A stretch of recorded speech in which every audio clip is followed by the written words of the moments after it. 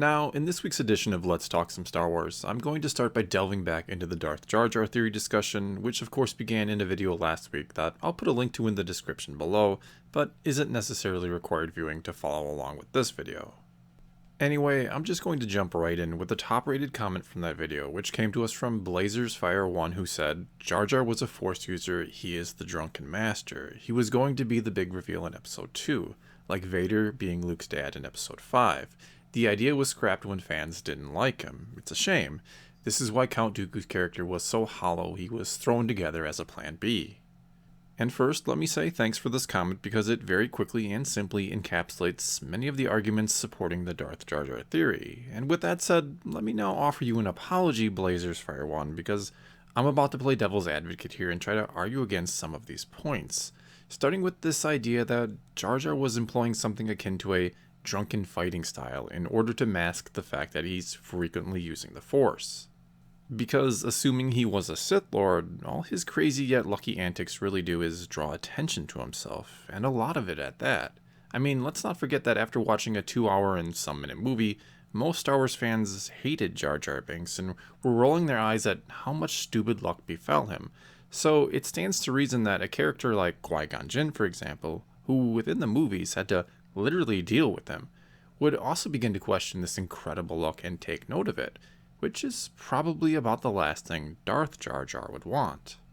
However, since Qui-Gon decides to save Jar Jar and even brings him with them, including into Mos Espa where there really seems to be absolutely no use for him, I think it's clear Qui-Gon does sense the Force is with Jar Jar, but not in the sense that he's a Sith Lord, but rather that he's extremely lucky and that the will of the Force has led him to Jar Jar for a purpose, hence he keeps him around. And let's also not forget, at least I fully believe, that Qui-Gon Jinn is a true Jedi and a servant of the Force, meaning it's very unlikely that the Force willed him to find and help out a hidden Sith Lord, unless of course, to play devil's advocate against myself for a moment, the Force wanted Qui-Gon to find Darth Jar Jar, to reveal and destroy him. Okay, now on to this idea that he would have been the big reveal in Episode 2, and to that I ask, why? How does that serve the story? Because keep in mind that Luke learning that Darth Vader was his father had a huge impact on the main character of the original trilogy, that of course being Luke Skywalker. So how would Jar Jar being a Sith Lord do anything near the same for either the story itself or the characters within the prequels? Because if we take a closer look at Episode 1 for a moment, we see that Jar Jar doesn't really endear himself to any of our main characters. I mean, if Darth Jar Jar was going to be a thing, you'd think George Lucas would do two things. One, he'd try to get us, the audience, to like and care about the character, so that we were invested in him, so that when it's revealed he's a Sith Lord, it hits us on a personal level. And two, you'd think that he'd position Jar Jar into the story in a way that he is important to those within said story, mainly Anakin, our main character in the prequels. That way, when Anakin or whoever else learns the truth, it wounds him, again on a personal level, and makes him conflicted about what he should do. And although an argument could be made that George did want us all to like Jar Jar, and there are certainly plenty of Jar Jar fans out there, I'm not sure the same can be said about Lucas attempting to endear Jar Jar to Anakin in the story, because really, the two barely talk to each other in The Phantom Menace. There's no real attempt to show a budding friendship forming between them, and you'd really think that'd be the case if Jar Jar was going to be revealed as a Sith Lord, and one Anakin would likely have to face, that it would have a huge impact on Anakin and make him question everything. Again, much like Vader being Luke's father had a huge impact on him, because had Jar Jar been revealed to be a Sith Lord, it wouldn't just have been people in the audience laughing at the reveal and saying, "Really?" It would have been those in the story also laughing and saying, "Really?" because they had no real investment in him one way or the other. Next then, there's this idea that Count Dooku is such a shallow character in Episode 2 because he was a plan B thrown together at the last minute by George Lucas when fans reacted negatively to Jar Jar. Well, my problem with that is there were 3 years between the release of Episode 1 and 2, which means 3 years to come up with a better idea, assuming Darth Jar Jar was the original idea that got scrapped. That's hardly some kind of last-minute change that needed to be made. That was more than enough time to alter the story and flesh out Dooku and turn him into an amazing character. Rather, I think the problem with Dooku is a problem seen throughout the prequels: execution. I've always maintained and always will that the story behind the prequels is fantastic. Lucas didn't exactly tell it as well as he could have, and that's the problem. You can certainly disagree with me either way and think the prequels are either an all-around abomination, or that it was a brilliant story told equally well. But in my opinion, the prequels are a hugely ambitious idea that didn't get conveyed as well as it needed to in order to become a truly great trilogy of movies. And the character of Count Dooku was a casualty of a grand idea trying to be stuffed into 3 movies, one of which, The Phantom Menace, barely serves the overall story. Okay, now before moving on to the next comment, I do again want to apologize to Blazers Fire 1. It really wasn't my intent to pick your comment apart, but rather to try and look at the logistics behind a Darth Jar Jar theory. And I won't sit here and say that I know for absolute certain that Darth Jar Jar wasn't meant to be a thing. I will, however, say that if it was going to be a thing, like a lot of things in the prequels, it may very well have been poorly executed, to the point that it was laughably bad. Moving on then to something that, in one way or another, many people brought up in their comments, and that is a quote taken from George Lucas himself from the behind-the-scenes footage of The Phantom Menace, where he says, "Jar Jar is the key to all this." And the problem with this is it's very much taken out of context most of the time. Not to mention, the whole quote is rarely ever mentioned because what Lucas actually says in entirety is, Jar Jar is the key to all this, if we get Jar Jar working, because he's a funnier character than we've ever had in the other movies.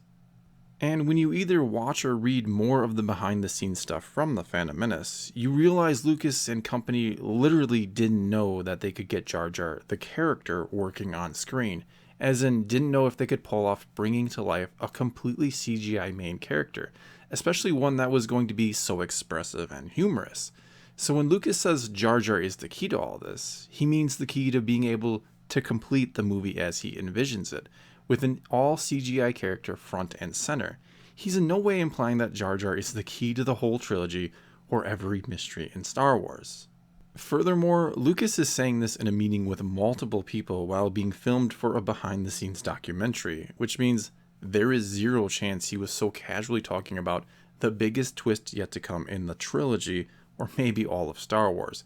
Because keep in mind just how secretive Lucas was about the reveal of Vader being Luke's father during the filming of The Empire Strikes Back, and that only a handful of people even knew about it, and that didn't even include the actors in the scene up until it was time to film it.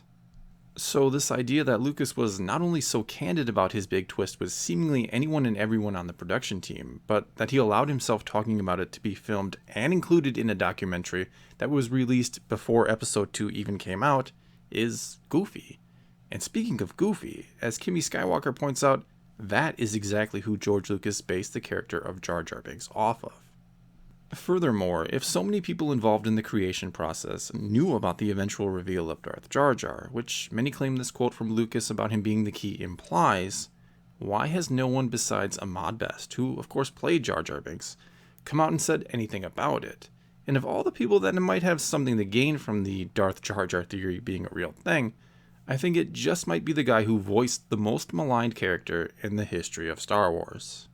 Lastly here, many people also brought up that Jar Jar was meant to be the anti-Yoda, or an odd, unassuming character that turns out to be someone very powerful.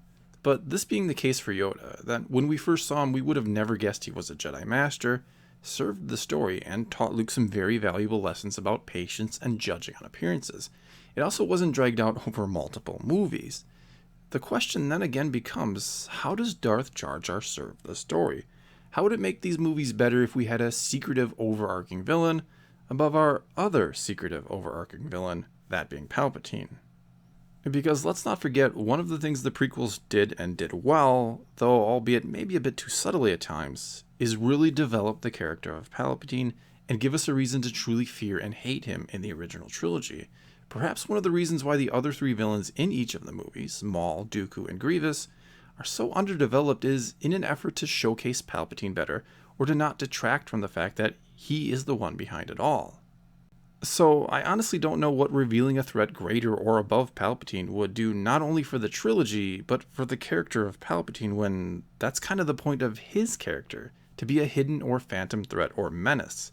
Hell, a 3-minute scene in Revenge of the Sith where Palpatine tells us the tragedy of Darth Plagueis the Wise, and we can infer that he is the apprentice that learned everything from his master before killing him in his sleep, seems to accomplish everything Darth Jar Jar would have accomplished in a fraction of the time, that being showcasing or explaining that Palpatine has overcome a great challenge or fellow Sith to become the Master. Okay, now don't get me wrong here. I do think this whole thing is a great, fun, and very creative theory. My biggest problem with it, yet again, is what do you do with it? It's one thing to make Jar Jar a secret Sith, it's another to fit it into the story in a meaningful way. So this is where I'm going to, all in good fun, challenge all of you out there to essentially create a new theory as to how this would have all played out. In other words, how would have Jar Jar being a Sith been revealed, and then how does his story conclude and impact the other characters and how events unfolded? And whoever comes up with the best theory, I'll make a video on it. So as concisely as possible, please, put your best Darth Jar Jar story together and include it in the comments below, and in the next week or two, I'll either pick one or put up a poll to allow all of you to pick which is the best one. And then I'll make a video on your theory. Well, that's all I've got for you this time. And now it's once again your turn to either tell me what you thought about this video and my thoughts on Darth Jar Jar, or to create your own theory about what episode 2 and 3 would have looked like if Darth Jar Jar had been revealed. Either way, leave a comment below and let's talk some Star Wars. And until next time, thanks for watching.